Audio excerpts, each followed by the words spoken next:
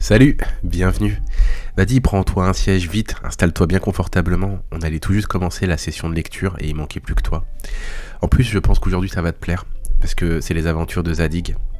C'était écrit par Voltaire, et oui, c'est un petit peu ancien, tu vas me dire, puisque ça date de 1747, et pourtant c'est tellement moderne dans ce que ça aborde. En tout cas dans les thèmes abordés. Zadig, c'est un jeune homme babylonien qui va vivre plein de mésaventures, et il va découvrir des tas de choses, mais surtout éprouver des tas de sentiments et réfléchir à beaucoup de thèmes. Des thèmes très modernes qui nous préoccupent encore aujourd'hui, comme la justice ou la religion par exemple. Alors sans plus attendre, je commence. Le chapitre 1 s'appelle le borgne. Du temps du roi Mouadbar, il y avait à Babylone un jeune homme nommé Zadig, né avec un beau naturel fortifié par l'éducation. Quoique riche et jeune, il savait modérer ses passions. Il n'affectait rien. Il ne voulait point toujours avoir raison, et savait respecter la faiblesse des hommes. On était étonné de voir qu'avec beaucoup d'esprit, il n'insulta jamais par des railleries à ses propos si vagues, si rompus, si tumultueux, à ses médisances téméraires, à ses décisions ignorantes, à ses turlupinades grossières, à ce vain bruit de parole qu'on appelait conversation dans Babylone. Il avait appris dans le premier livre de Zoroastre que l'amour-propre est un ballon gonflé de vent, dont il sort des tempêtes, quand on lui a fait une piqûre. Zadig, surtout, ne se vantait pas de mépriser les femmes et de les subjuguer. Il était généreux. Il ne craignait point d'obliger les ingrats, suivant ce grand précepte de Zoroastre. Quand tu manges, donne à manger aux chiens, du style te mordre. Il était aussi sage qu'on peut l'être, car il cherchait à vivre avec des sages. Instruit dans les sciences des anciens chaldéens, il n'ignorait pas les principes physiques de la nature tels qu'on les connaissait alors et savait de la métaphysique ce qu'on en a su dans tous les âges, c'est-à-dire fort peu de choses. Il était fermement persuadé que l'année était de 365 jours et un quart malgré la nouvelle philosophie de son temps, et que le soleil était au centre du monde. Et quand les principaux mages lui disaient avec une hauteur insultante qu'il avait de mauvais sentiments, et que c'était être ennemi de l'État que de croire que le soleil tournait sur lui-même, et que l'année avait 12 mois, il se taisait sans colère et sans dédain. Zadig avait de grandes richesses, et par conséquent avec des amis, ayant de la santé, une figure aimable, un esprit juste et modéré, un cœur sincère et noble. Crut qu'il pouvait être heureux. Il devait se marier à Sémire, que sa beauté, sa naissance et sa fortune rendaient le premier parti de Babylone. Il avait pour elle un attachement solide et vertueux, et Sémire l'aimait avec passion. Il touchait au moment fortuné qui allait les unir, lorsque se promenant ensemble vers une porte de Babylone, sous les palmiers qui ornaient le rivage de l'Euphrate, ils virent venir à eux des hommes armés de sabres et de flèches. C'étaient les satellites du jeune Orcan, neveu d'un ministre, et qui, les courtisans de son oncle, avaient fait accroire que tout lui était permis. Il n'avait aucune des grâces ni des vertus de Zadig, mais, croyant en valoir beaucoup mieux, il était désespéré de n'être pas préféré. Cette jalousie, qui ne venait que de sa vanité, lui fit penser qu'il aimait éperdument Sémire. Il voulait l'enlever. Les ravisseurs la saisirent, et dans les emportements de leur violence, ils la blessèrent et firent couler le sang d'une personne dont la vue aurait attendri les tigres du mont Imaüs. Elle perçait le ciel de ses plaintes. Elle s'écriait « Mon cher époux, on m'arrache à ce que j'adore !» Elle n'était point occupée de son danger, elle ne pensait qu'à son cher Zadig. Celui-ci, dans le même temps, la défendait avec toute la force que donne la valeur et l'amour. Aidé seulement de 2 esclaves, il mit les ravisseurs en fuite et ramena chez elle Sémire évanouie et sanglante, qui en ouvrant les yeux vit son libérateur. Elle lui dit « Oh, Zadig, je vous aimais comme mon époux. Je vous aime comme celui à qui je dois l'honneur et la vie. » Jamais il n'y eut un cœur plus pénétré que celui de Sémire. Jamais bouche plus ravissante n'exprima des sentiments plus touchants que ces paroles de feu qu'inspire le sentiment du plus grand des bienfaits et le transport le plus tendre de l'amour le plus légitime. Sa blessure était légère, elle guérit bientôt. Zadig était blessé plus dangereusement. Un coup de flèche reçu près de l'œil lui avait fait une plaie profonde. Sémire ne demandait au Dieu que la guérison de son amant. Ses yeux étaient nuit et jour baignés de larmes. Elle attendait le moment où ceux de Zadig pourraient jouir de ses regards.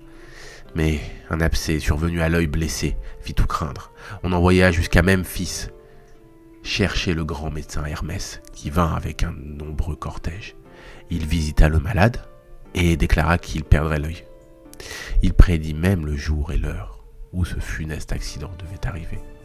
« Si c'eût été l'œil droit, dit-il, je l'aurais guéri, mais les plaies de l'œil gauche sont incurables. » Tout Babylone, en plaignant la destinée de Zadig, admira la profondeur de la science d'Hermès.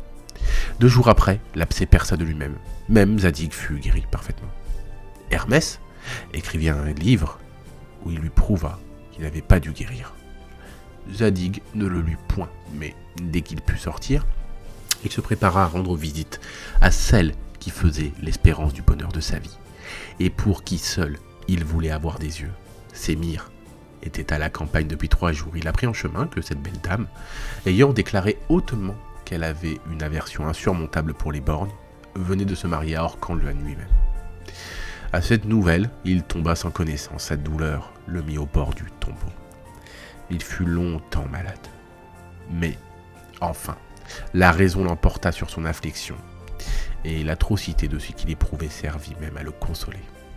« Puisque j'ai essuyé, dit-il, un si cruel caprice d'une fille élevée à la cour, il faut que j'épouse une citoyenne. » Il choisit Azora, la plus sage et la mieux née de la ville. Il l'épousa et vécut 1 mois avec elle dans les douceurs de l'union la plus tendre.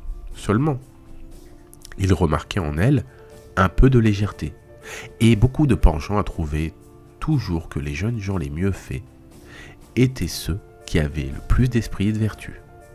Et chapitre 2, le nez. Un jour, Azora revint d'une promenade tout en colère et faisant de grandes exclamations. « Qu'avez-vous » lui dit-il, « ma chère épouse ? Qui vous peut mettre ainsi hors de vous-même ? Hélas, dit-elle, vous seriez indigné comme moi si vous aviez vu le spectacle dont je viens d'être témoin. J'ai été consoler la jeune veuve Khosrou, qui vient d'élever depuis 2 jours un tombeau à son jeune époux auprès du ruisseau qui borde cette prairie. Elle a promis au dieu, dans sa douleur, de demeurer auprès de ce tombeau tant que l'eau de ce ruisseau coulerait auprès. Eh bien, dit Zadig, voilà une femme estimable, qui aimait véritablement son mari. Ah, reprit Azora, si vous saviez à quoi elle s'occupait quand je lui ai rendu visite. À quoi donc, belle Azora? Elle faisait détourner le ruisseau. Azora se répandit en des invectives si longues, éclata en reproches si violents contre la jeune veuve que ce faste de vertu ne plut pas à Zadig. Il avait un ami nommé Cador qui était un de ces jeunes gens à qui sa femme trouvait plus de probité et de mérite qu'aux autres. Il le mit dans sa confidence et s'assura autant qu'il le pouvait de sa fidélité par un présent considérable. Azora, ayant passé 2 jours chez une de ses amies à la campagne, revint le 3e jour à la maison. Des domestiques en pleurs lui annoncèrent que son mari était mort subitement, la nuit même, qu'on n'avait pas osé lui porter cette funeste nouvelle et qu'on venait d'ensevelir Zadig dans le tombeau de ses pères au bout du jardin. Elle pleura, s'arracha les cheveux et jura de mourir. Le soir, Cador lui demanda la permission de lui parler et ils pleurèrent tous deux. Le lendemain, ils pleurèrent moins et dînèrent ensemble. Cador lui confia que son ami lui avait laissé la plus grande partie de son bien et lui fit entendre qu'il mettrait son bonheur à partager sa fortune avec elle. La dame pleura, se fâcha, s'adoucit. Le souper fut plus long que le dîner, mais on se parla avec plus de confiance. Azora fit l'éloge du défunt, mais elle avoua qu'il avait des défauts dont Cador était exempt. Au milieu du souper, Cador se plaignit d'un mal de rate violent. La dame, inquiète et empressée, fit apporter toutes les essences dont elle se parfumait pour essayer s'il n'y en avait pas quelqu'une qui fût bonne pour le mal de rate. Elle regretta beaucoup que le grand Hermès ne fût pas encore à Babylone. Elle daigna même toucher le côté où Cador sentait de si vives douleurs. « Êtes-vous sujette à cette cruelle maladie ?» lui dit-elle avec compassion. « Elle me met quelquefois au bord du tombeau, » lui répondit Cador. « Et il n'y a qu'un seul remède qui puisse me soulager, c'est de m'appliquer sur le côté le nez d'un homme qui soit mort la veille. »« Voilà un étrange remède, » dit Azora. « Pas plus étrange, répondit-il, que les sachets du sieur Arnoux contre l'apoplexie. Cette raison Jointe à l'extrême mairie du jeune homme, détermina enfin la dame. Après tout, dit-elle, quand mon mari passera du monde d'hier dans le monde du lendemain sur le pont Chinavar, l'ange Azraël lui accordera-t-il moins le passage parce que son nez sera un peu moins long dans la seconde vie que dans la première? Elle prit un rasoir, elle alla au tombeau de son époux, l'arrosa de ses larmes et s'approcha pour couper le nez à Zadig, qu'elle trouva tout étendu dans la tombe. Zadig se relève, en tenant son nez d'une main et arrêtant le rasoir de l'autre. « Madame, lui dit-il, ne criez plus tant contre le jeune Khosrou. Le projet de me couper le nez vaut bien celui de détourner un ruisseau.